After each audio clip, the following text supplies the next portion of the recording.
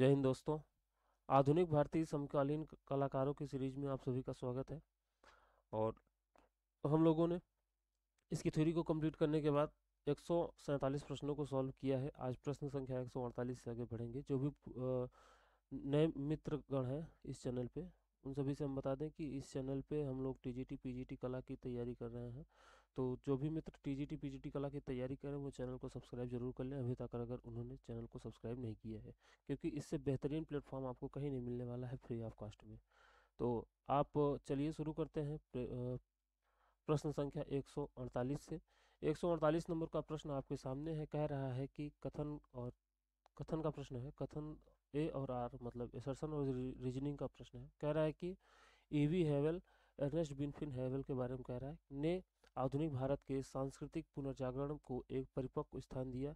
बात सही कह रहे हैं, क्योंकि इन्होंने 1884 के आसपास ये मद्रास कला विद्यालय के प्राचार्य रहे। उसके बाद फिर क्या नाम है कि जब ये 1896 में ये कलकत्ता में कलकत्ता विद्यालय के प्रधानाचार्य रहे थे।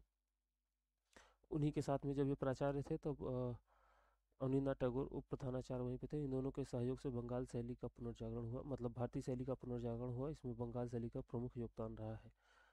आर कह रहा है कि ईवी हेवल एक अंग्रेजी कला समीक्षक थे जिन्होंने भारतीय कला समीक्षक की दिशा बदल दी। दोनों बातें सही हैं, ए और आर दोनों सही है। इन्हीं के प्रयासों से ही भारतीय कला थी वो पुनर्जागृत हुई, और ये अंग्रेजी कला समीक्षक थे। ए और आर दोनों सही है, इसलिए ऑप्शन नंबर बी इसका सही जवाब हो जाएगा। चलते हैं अगले प्रश्न की ओर। 149 नंबर प्रश्न आपसे कह रहा है कि अच्छा मैच करना है इसको। कह रहा है जतीन दास किससे संबंधित है। तो जतीन दास को हम सभी समझते हैं, ये सूर्य नमस्कार से इनका संबंध है, इनकी कृति। और केजी सुब्रमण्यम केरल के कलाकार हैं। इनकी जो कृति है बहुरूपी, इनकी रचना। तय्यब मेहता के बारे में आप सभी लोग जानते होंगे।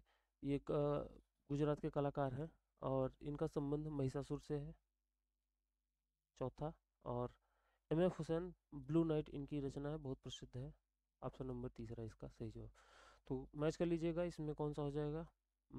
2 1 4 3, 2 1 4 3 ऑप्शन नंबर ए इसका सही जवाब हो जाएगा।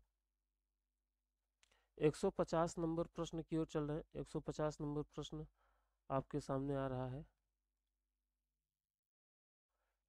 150 नंबर प्रश्न भी मैच करने के लिए कह रहा है कि जे स्वामीनाथ है। जे स्वामी का नाथ आप लोग शायद जानते होंगे। ग्रुप 1890 की स्थापना में इनका प्रमुख योगदान रहा है। तो इनका संबंध किससे रहा है, ये भोपाल से संबंधित रहे हैं। अ, दूसरे में इसका होना चाहिए ना।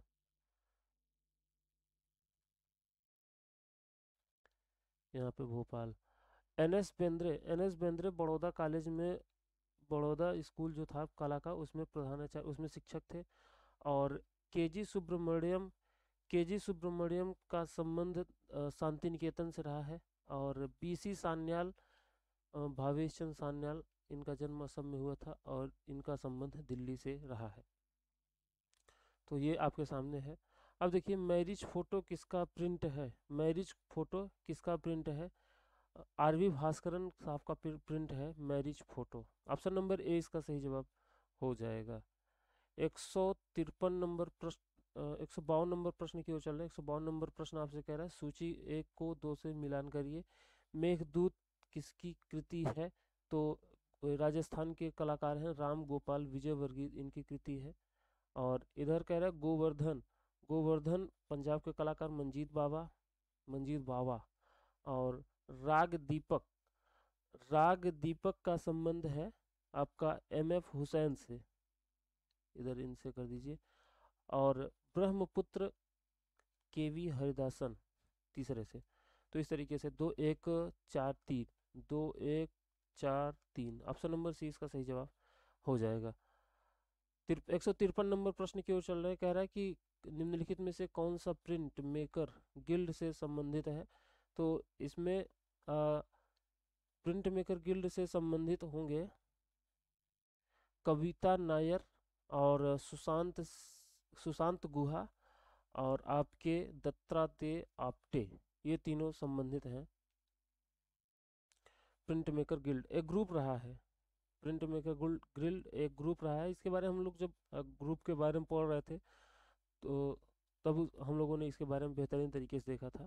ठीक है, 154 नंबर प्रश्न की ओर चल रहे हैं। 154 नंबर प्रश्न आप सभी के सामने है और ये भी मैच करना है। कह रहा है कि देवराज डकोजी देवराज डकोजी का संबंध किससे है?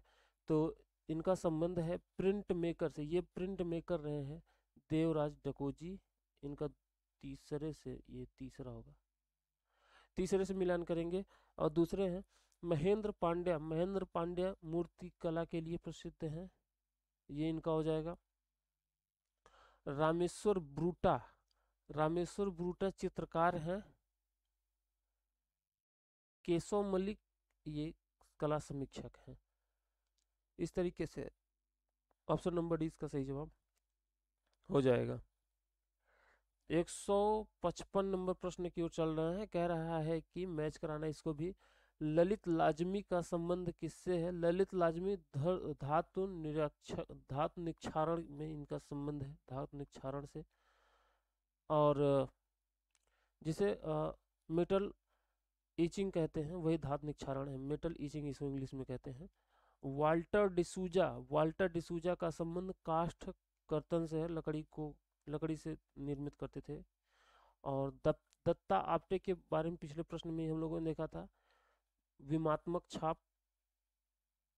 और एक ही बचता है अनंत निकम, लाइनो निक्षारण, इनका संबंध है। तो 2 4 1 3, 3 4 1 2, 3 4 1 2 ऑप्शन नंबर इसका सही जवाब हो जाएगा। 156 नंबर प्रश्न, चंडीगढ़ का वास्तुकार कौन है? तो ली कार्बूजियर का नाम आप लोगों ने खूब सुना होगा, ली कार्बूजियर। तो ली कार्बूजियर इसके क्या नाम है कि वास्तुकार रहे हैं। 157 नंबर का प्रश्न आपसे कह रहा है एक प्रसिद्ध कला समीक्षक कौन है? तो इन प्रश्नों में तो A.S. रमन ही है कला समीक्षक के रूप में। ऑप्शन नंबर इसका सही जवाब हो जाएगा। 158 नंबर प्रश्न की ओर चल रहे हैं।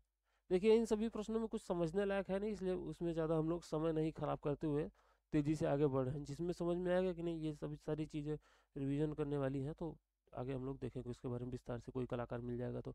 158 नंबर का प्रश्न कह रहा है कि भारतीय आधुनिक कला का वह विशिष्ट लक्षण है, भारतीय आधुनिक कला का वह विशिष्ट लक्षण है कि, यहाँ पे यह होगा, यह विशिष्ट लक्षण है कि यह पश्चिमी दुनिया के आधुनिक लक्षणों वाली कला के समान लगती है जबकि यह पूर्णतया मौलिक है।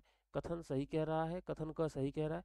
हमें भारत में द्विआयामी चित्रण एवं लोक कला की एक लंबी परंपरा मिलती है। तो ये भी सही है, कथन क और कथन ख दोनों सही है। लेकिन अब देखते हैं कथन क और ख दोनों सही है तो क ऑप्शन नंबर ए देखते हैं क्या लिखा है। दोनों कथन ए और ख दोनों सही हैं और ख क का स्पष्टीकरण है।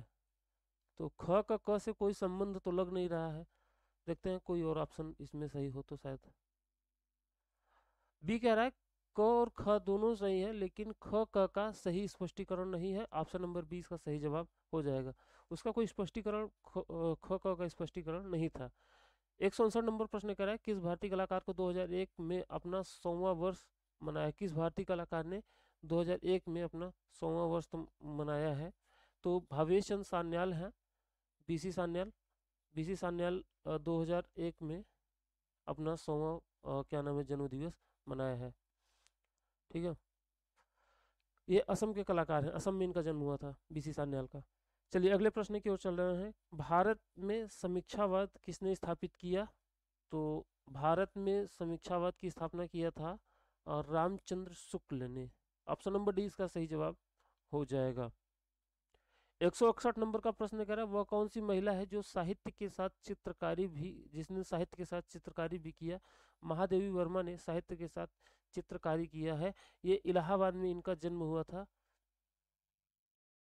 इलाहाबाद, इलाहाबाद में इनका जन्म हुआ था और ये कविता भी कहती करती थी और आपके चित्रकारी भी किया करती थी। इनमें से एक प्रसिद्ध कला समीक्षक कौन है? तो एएस रमन। इसके पहले भी ये प्रश्न आया था, तो ये पीजीटी 2011 में पूछा गया प्रश्न है एएस रमन के बारे में। एएस रमन क्या नाम है कि ये आंध्र प्रदेश में इनका जन्म हुआ है 1919 ईस्वी में, आंध्र प्रदेश में। ठीक है। आंध्र प्रदेश के और कौन कलाकार हैं? कृष्णा रेड्डी। कृष्णा रेड्डी भी आंध्र प्रदेश के ही कलाकार हैं। चलिए अगले प्रश्न की ओर चल रहे हैं। कह रहा है कि नेक चंद सैनी का संबंध किससे है? तो नेक चंद सैनी का संबंध रॉक गार्डन से है। और अगले प्रश्न की ओर चल रहे हैं, 164 नंबर प्रश्न की ओर। कह रहा है कि इंडियन स्कल्पचर एंड आइकोनोग्राफी के लेखक कौन है? ये शायद बहुत फेमस पुस्तक है, आप लोगों के साथ शायद हमने एक बार इसकी चर्चा भी किया है। तो गणपति वी स्थपति इसके लेखक हैं। इंडियन स्कल्पचर एंड आइकोनोग्राफी के लेखक कौन है? गणपति वी स्थपति। रघुराय जाने जाते हैं, रघुराय फोटोग्राफर के लिए जाने जाते हैं। 1942 में इनका जन्म हुआ था। गीता कपूर कौन है? गीता कपूर इतिहासकार, कला समीक्षक, कोरियोग्राफर सब है। ऑप्शन नंबर डी इसका सही जवाब हो जाएगा। विवान सुंदरम की ये पत्नी है। विवान सुंदरम के बारे में हमें बताया था कि ये क्या नाम है कि अमिता शेरगिल के बहन के लड़के हैं विवान सुंदरम। 167 नंबर प्रश्न। कृष्णा रेड्डी की शिक्षा दीक्षा मूर्तिकार के रूप में हुई, किंतु वह प्रिंट मेकर की ओर मुड़ गए। कथन सही कह रहा है, ये प्रिंट मेकिंग किया करते थे, लेकिन पहले इनको शिक्षा दीक्षा मूर्तिकार के रूप में हुई थी, क्योंकि वह अटेलियर 17 में शामिल हुए और उनकी रुचि प्रिंट मेकिंग में हो गई। दोनों बातें सही हैं और ए और आर दोनों सही हैं। ऑप्शन नंबर सी इसका सही जवाब हो जाएगा। 168 नंबर प्रश्न की ओर चल रहे हैं। 168 नंबर प्रश्न कह रहा है कि गणेश पाइन के चित्रों में पारंपरिक विषय वस्तु तथा प्रतीकों के अतिरिक्त तांत्रिक तत्व भी पाए जाते हैं। सही है। आर देखें क्या करें, क्योंकि समस्त पारंपरिक कलाएं प्रतीकात्मक तथा समस्त पारंपरिक कलाएं प्रतीकात्मक तथा तांत्रिक विषय वस्तु पर आधारित हैं। ये बातें गलत हैं। ए सही है, आर गलत है। ऑप्शन नंबर बी इसका सही जवाब हो जाएगा। 169 नंबर प्रश्न कह रहा है ज्योत्सना भट्ट किसके लिए प्रसिद्ध है? तो सिरेमिक्स के लिए ज्योत्सना भट्ट प्रसिद्ध है। ज्योत्सना भट्ट प्रसिद्ध है। ये गुजरात की कलाकार हैं। ज्योत्सना भट्ट ये गुजरात की कलाकार हैं और गुजरात में इनका जन्म 1940 ईस्वी में हुआ था। उसके बाद फिर गुजरात की हैं तो यहीं पे बड़ौदा में एक विद्यालय है एमएस यूनिवर्सिटी। एमएस यूनिवर्सिटी, वहीं पे इन्होंने इनकी पढ़ाई लिखाई हुई और वहीं पे शिक्षक कौन थे? एनएस पेंद्रे वहीं पे शिक्षक के रूप में भी काम किए थे। 170 नंबर प्रश्न कह रहा है निम्नलिखित प्रिंट मेकर्स के वरिष्ठता के आधार पर कालक्रम अनुक्रम बनाइए। तो देख लीजिए, इसको रटना ही पड़ेगा और इसमें सभी जो भी कलाकार हैं सभी के जन्म का समय अगर याद है तो अपना काम हो जाएगा। देखिए अनुपम सूद के बारे में हम लोगों ने देखा कि इनका जो जन्म हुआ वो 1944 में हुआ। 1944 में हुआ। दूसरे हैं देवयानी कृष्ण 1918 ईस्वी में। तीसरे हैं ललिता लाजमी 1932 ईस्वी में। और चौथे हैं रिनी धूमर 1948 ईस्वी में। मैनेज कर लीजिएगा, सबसे बड़े हैं इसमें देवयानी कृष्णा और उसके बाद फिर आपके आ जाते हैं ललिता लाजमी, देवयानी कृष्णा, ललिता लाजमी, अनुपम सूद और लास्ट में रिनी धूमर। ऑप्शन नंबर बी इसका सही जवाब हो जाएगा। अगले प्रश्न की ओर चल रहे हैं। अगला प्रश्न 171 नंबर कथन और तर्क का प्रश्न है। कथन कह रहा है चित्तो प्रसाद अपने चित्र लिनोकट प्रक्रिया में प्रिंट करना पसंद करते थे और ये सही है। तर्क कह रहा है क्योंकि उस समय पर कलाकारों को उपलब्ध माध्यमों में लिनोलियम सबसे सस्ता माध्यम था। तर्क भी सही है। ए और आर दोनों सही है। ऑप्शन नंबर सी इसका सही जवाब हो जाएगा। 172 नंबर प्रश्न की ओर चल रहे हैं। कह रहा है विमान सुंदरम का संबंध किससे है? तो इनका संबंध अधिष्ठापन कला से है। और विमान वी दास का संबंध मूर्ति कला से है। तय्यम मेहता चित्रकला किया करते थे। और एलेक्स पद्मसी विज्ञापन कला में थे। तो 3-1-4-2, 3-1-4-2 ऑप्शन नंबर डी इसका सही जवाब हो जाएगा। अगला प्रश्न कह रहा है कि जख्म नामक शीर्षक कृति के रचनाकार कौन है? तो सोमनाथ होर के बारे में हम लोगों ने खूब देखा है। इन्होंने ही जख्म नामक चित्रण को बनाया है। चलिए अगले प्रश्न की ओर चल रहे हैं। 174 नंबर के प्रश्न की ओर। कह रहा है कि अनुपम सूद पंजाब के कलाकार हैं और ये छापाकार थे। ये ऑप्शन नंबर तीसरे में। आनंदवर्धन ध्वनि सिद्धांत को इन्होंने प्रतिपादित किया। और अभिनव गुप्त का संबंध, ध्वनि सिद्धांत इधर होगा ना, ध्वनि सिद्धांत।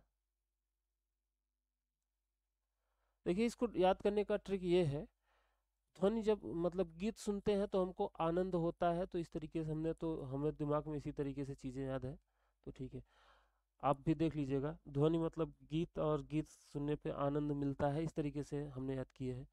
अब देखिए अभिनव गुप्त को हम लोग जानते हैं कि इन्होंने नौवां रस प्रतिपादित किया था, जिसे शांत रस कहते हैं। 8 रस तो भरत मुनि ने अपने नाट्य शास्त्र में बताया था 8 रसों को, लेकिन नौवां रस शांत रस, इनका ये मानना था जब हमारा दिमाग एकदम शांत रहता है, शांत की अवस्था में रहता है, विश्राम की अवस्था में रहता है, तब भी एक रस निष्पादित होता है जिसे शांत रस कहते हैं। तो इन्होंने रस सिद्धांत का प्रतिपादन किया था। आनंद वर्धन हो गया, अभिनव गुप्त ने। अमृता शेरगिल तो चित्रकार थी ही, इनका तो कुछ कहना ही नहीं, आप लोग जानते ही हैं। तो यहाँ से आप लोग मैच कर लीजिएगा। आगे चलते हैं अगले प्रश्न की ओर। 175 नंबर प्रश्न की ओर चल रहे हैं। 175 नंबर प्रश्न कह रहा है कि गीता कपूर की रचना व्हेन वाज मॉडर्निज्म की विषय वस्तु क्या है? गीता कपूर की रचना है विवान सुंदरम की पत्नी गीता कपूर, उन्हीं की रचना है व्हेन वाज मॉडर्निज्म। तो इसकी विषय वस्तु रही है भारत की पारंपरिक कला रीतियों में आधुनिकतावाद त्रासती है। चलिए अगले प्रश्न की ओर चलते हैं। अगला प्रश्न 176 नंबर का 176 नंबर का प्रश्न है। कह रहा है कि transformation of nature in art. ये प्रश्न शायद दोबारा या तिबारा आ रहा है, transformation of nature in art. और आपका इधर राजपूत पेंटिंग, ये किसकी रचना है? ये आनंद कुमार स्वामी की रचना है। 1877 में इनका जन्म हुआ था श्रीलंका में। ये भारत में भी काम किए और इसके पहले ये अमेरिका यूएसए में क्यूरेटर के रूप में भी काम किए थे। 1966 से 69 के बीच में शायद यही टाइम पीरियड, 3 साल इन्होंने अमेरिका में भी काम किया था क्यूरेटर के पद पे, मतलब संरक्षक के पद पे। चलिए तो अगले प्रश्न की ओर चल रहे हैं। कह रहा है कि नाट्य शास्त्र व्यापक रूप से रंगमंच के लिए प्रसिद्ध है। तो नाट्य शास्त्र ही भारत की एक प्राचीनतम ऐसी ग्रंथ है, एक ऐसा पुस्तक है जिसमें हम लोगों ने रसों के बारे में देखा, और इसमें रंगमंच से भी संबंधित है ये। तो ऑप्शन मतलब ये सही होगा, कथन ए सही है। आर कह रहा है कला के विविध क्षेत्र नाट्य शास्त्र से संबंधित है। तो ठीक है, इसमें चित्रकला, रंग, नाट्य शास्त्र मतलब कि रंगमंच मतलब नाट्य के लिए, नृत्य के लिए, सभी चीज़ों के लिए इसमें बताया गया है। तो ए और आर दोनों सही हैं, और ऑप्शन नंबर बी हमको दिख रहा है ए और आर के लिए। चलिए अगले प्रश्न की ओर चल रहे हैं। अगला प्रश्न है 178 नंबर का प्रश्न, और 178 नंबर का प्रश्न कह रहा है कि भारतीय कला समग्र रूप से अभिव्यंजनावादी है। तो ठीक है, अभिव्यंजनावादी है भारतीय कला। तर्क कह रहा है क्योंकि कला प्रारूप में ही जीवन शक्ति का प्राण अभिव्यक्ति में अंतर्निहित है। कह रहा है क्योंकि कला प्रारूप में ही जीवन शक्ति का प्राण अभिव्यक्ति में अंतर्निहित है। तर्क भी सही है, ए और आर दोनों सही है। चलिए अगले प्रश्न की ओर चलना है। रेखावली ग्रंथ किसने लिखा है? तो ये बहुत फेमस है, ये प्रोफेसर रामचंद्र शुक्ल भारत के कला समीक्षक रहे हैं, इन्हीं ने लिखा है। 180 नंबर प्रश्न कह रहा है the transformation of nature in art, अभी हमने बात की इस पे, आनंद कुमार स्वामी की रचना है। 181 नंबर प्रश्न की ओर चल रहे हैं। बृहत कला कोश के लेखक कौन है? तो इसके लेखक हैं विनोद भारद्वाज। विनोद भारद्वाज इसके लेखक हैं बृहत कला कोश के। तो चलिए अगले प्रश्न की ओर चल रहे हैं। ऑप्शन नंबर डी इसका सही जवाब। अगले प्रश्न की ओर चल रहे हैं। 182 नंबर प्रश्न, रिदम व सॉन्ग ऑफ द फील्ड नामक चित्र किस चित्रकार ने किसकी चित्र है? तो ये है के हैबर, कर्नाटक के कलाकार हैं। 1912 ईस्वी में इनका जन्म हुआ था कर्नाटक में, और फिर बाद में ये अपना पढ़ाई लिखाई करके आगे बढ़े। इनकी प्रसिद्ध रचना है मुर्गों का लड़ाई करके। 183 नंबर प्रश्न की ओर चल रहा है। कह रहा है अमृता शेरगिल की मृत्यु किस शहर में हुई थी? तो इनकी मृत्यु हुई थी लाहौर में। इनका जन्म हुआ था हंगरी में 1913 ईस्वी में, बुडापेस्ट में, हंगरी के बुडापेस्ट में इनका जन्म हुआ था। बाद में यहीं पे आई थी, अपना शिमला में रह गई थी, कुल्लू में, शिमला में रही थी अपना, उन्होंने वहीं पे चित्रकारी किया था। 1941 में इनकी मृत्यु हुई थी। अगला प्रश्न 184 नंबर का कह रहा है कि निम्नलिखित चित्रों को उनके कालक्रम के आधार पर व्यवस्थित करिए। तो चलिए व्यवस्थित करते हैं। पहला कह रहा है a river carrying its past. A river carrying its past, ये विवान सुंदरम का है। और स्पीक आउट, ये कृष्णा खन्ना का है। और इंटरएक्शन, ये है जतिन दास का। और कृष्णा ईटिंग द फायर, ये है आपका मंजीत बाबा का। तो इसी तरीके से मैनेज कर लीजिएगा, कृष्णा ईटिंग द फायर और उसके बाद a river carrying its past और इंटरएक्शन और स्पीक आउट, ये क्रम सही होगा। 185 नंबर का प्रश्न कह रहा है कृष्णा रेड्डी के प्रसिद्ध प्रिंट का नाम क्या है? तो इनके प्रसिद्ध प्रिंट का नाम है कंवर, और ये आंध्र प्रदेश के हैदराबाद के कलाकार रहे थे। 187 नंबर का प्रश्न कह रहा है कौन सा कलाकार चित्रकार, मूर्तिकार और वास्तुकार तीनों है? सतीश कुमार गुजराल के बारे में हम लोगों ने देखा है कि ये चित्रकार भी है, मूर्तिकार और वास्तुकार भी हैं। और इनका जन्म 25 दिसंबर 1925 ईस्वी को लाहौर में, मतलब झेलम नदी के किनारे हुआ था। बाद में ये 1944 के आसपास भारत आ गए थे, 1944 के आसपास, और यहीं पे जे स्कूल ऑफ आर्ट से इन्होंने डिप्लोमा धारण किया था। उसके बाद फिर यहीं भारत में रह गए थे। और बेल्जियम दूतावास को के वे वास्तुकार रहे हैं। बेल्जियम दूतावास के वास्तुकार सतीश गुजराल साहब रहे हैं। कह रहा है कि घोड़ों के चित्र बनाने के लिए कौन जाना जाता है? तो एम.एफ. हुसैन कहा करते थे मैं, अच्छा घोड़ों के चित्र बनाते तो घोड़े बेचते भी थे। ये कहा करते थे मैं घोड़े बेचता हूँ, फिल्में बनाता हूँ, मैं घोड़े बेचता हूँ, चित्र बनाता हूँ, फिल्में बनाता हूँ। ये इनकी टैगलाइन थी।